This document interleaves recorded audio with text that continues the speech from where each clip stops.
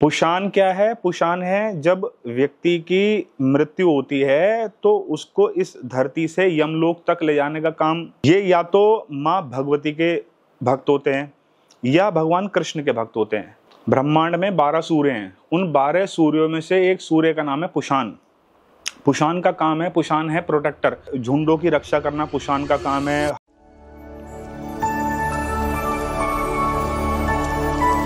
Welcome to the brand new series of planet through नक्षत्रास। कोई भी प्लैनेट जब किसी नक्षत्र में होता है तो वो किस तरीके का रिजल्ट देता है, आज से हम शुरुआत करने जा रहे हैं बिल्कुल अपनी एक ब्रांड न्यू सीरीज की। तो आज की जो हम शुरुआत कर रहे हैं वो कर रहे हैं कि सूर्य जब भी रेवती नक्षत्र में होता है तो उसके परिणाम कैसे देखने को मिलते हैं। देखो, नक्षत्र क्या है?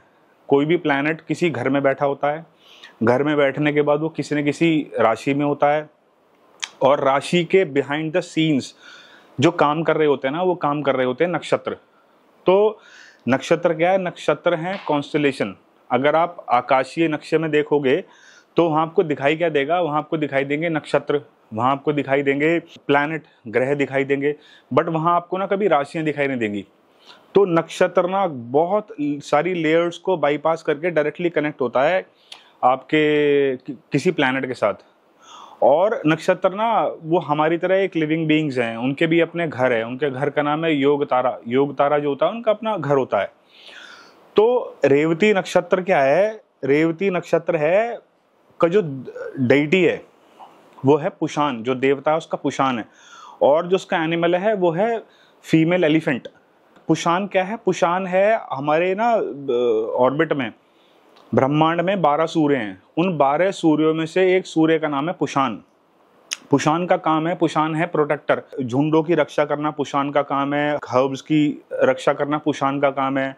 पुशान ना सेफ ट्रैवल्स का भी कारक है। पुशान जो है खोई हुई चीज़ों का कारक है। पुशान जो है खोई हुई चीज़ों में खास तौर से एनिमल्स, लॉस्ट एनिमल्स का कारक है पुशान। और पुशान ना नरिशमेंट का भी कारक है, पुशान ना गाइडेंस का भी कारक है। पुशान क्या है? पुशान है जब व्यक्ति की मृत्यु होती है तो उसको इस धरती से यमलोक तक ले जाने का काम पुशान का है।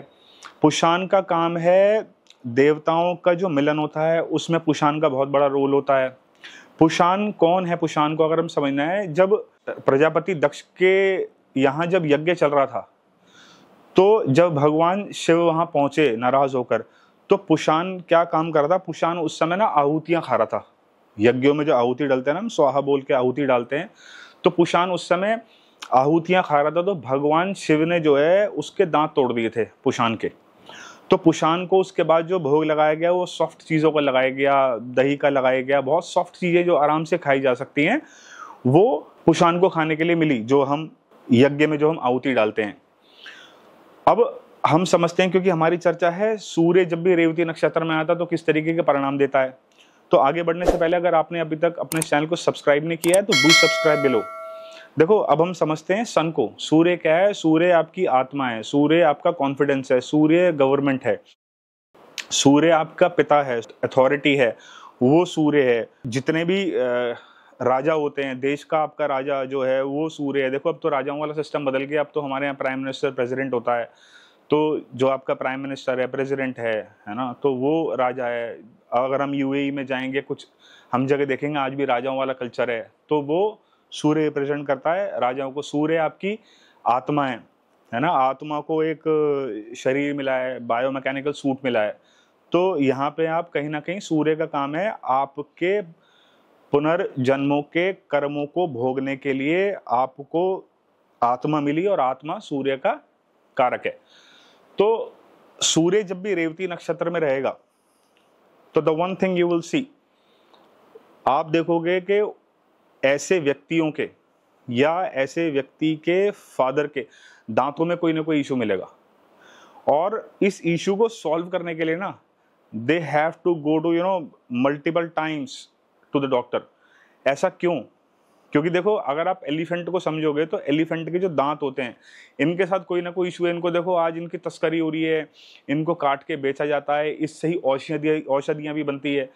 तो नक्षत्र जब आपको मिला ही आपके बर्थ चार्ट के अंदर, तो सूर्य आपके फादर हैं, और सूर्य क्योंकि आपकी कुंडली में आया है तो आपको भी, खुद को भी, फिजिकल जो आपकी आत्मा उसको भी रिप्रेजेंट करता है। तो ऐसे लोगों के दांतों में कोई ना कोई इश्यूज देखने के लिए मिलता है। और ऐसे व्यक्तियों को देखा गया है कि ये ना कोई ना किसी तरीके की ट्रांसपोर्टेशन, लॉजिस्टिक्स, है ना, और ट्रैवल इंडस्ट्री जैसे होटल हो गया, है ना, टूरिज्म इंडस्ट्री होगी, इसमें इनकी इन्वॉल्वमेंट बहुत देखी गई है ऐसे लोगों की। कहीं ना कहीं ये लोग कनेक्ट होते हैं इस तरीके से। और ऐसे लोग या ऐसे व्यक्ति या उसके फादर कहीं ना कहीं एडवाइजिंग या काउंसलिंग में ऐसे लोगों को देखा गया है।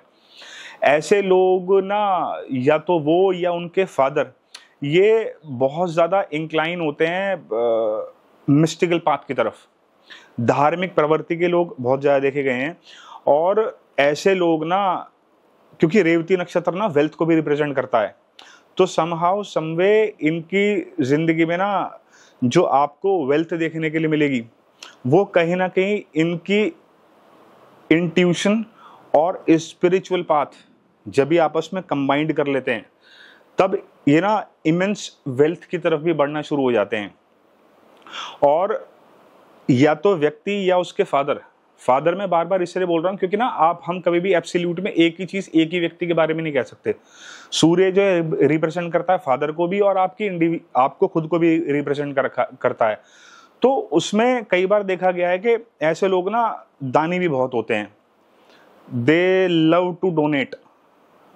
कई लोग होते हैं ना कि दान पुण्य के काम से बड़ा पीछे हटते हैं, पैसा तो बहुत कमा लिया लेकिन जब भी कहीं डोनेशन की बात आती है तो पीछे हटते हैं, या जरूरत है 100 रुपए देने की तो बचाएंगे कि भाई 20 रुपए देते हैं, 50 रुपए देते हैं, भाई कैसे भी करके जरूरत आन पड़ी है, प्रेशर बन रहा है, दान करना है। लेकिन ये लोग ना बड़ा बढ़ चढ़ के पार्टिसिपेट करते हैं किसी दान पुण्य के कार्य में, खास तौर से जब वो धार्मिक कृत्यों से जुड़ा हुआ हो। और ऐसे लोग ना ये या तो खुद या इनके फादर ये या तो माँ भगवती के भक्त होते हैं या भगवान कृष्ण के भक्त होते हैं। और ये ना वाइसा वर्षा भी उठा लो, अब या तो हो सकता है कि फादर भगवती के, माँ दुर्गा के बहुत बड़े भक्त निकले, या फिर वो व्यक्ति जो पर्सन खुद है, या फिर वो भगवान कृष्ण का भक्त निकले, या ये दोनों ही डिवोटेड हों भगवान कृष्ण की तरफ या माँ भगवती की तरफ। तो कहने का मतलब है या तो फीमेल गॉडेस की तरफ बहुत रुझान रहता है इनका या भगवान कृष्ण की तरफ। तो ये था एक मेरा छोटा सा एनालिसिस सूर्य जब भी रेवती नक्षत्र में रहता है। और मिलते हैं जल्दी नए टॉपिक के साथ। Thank you.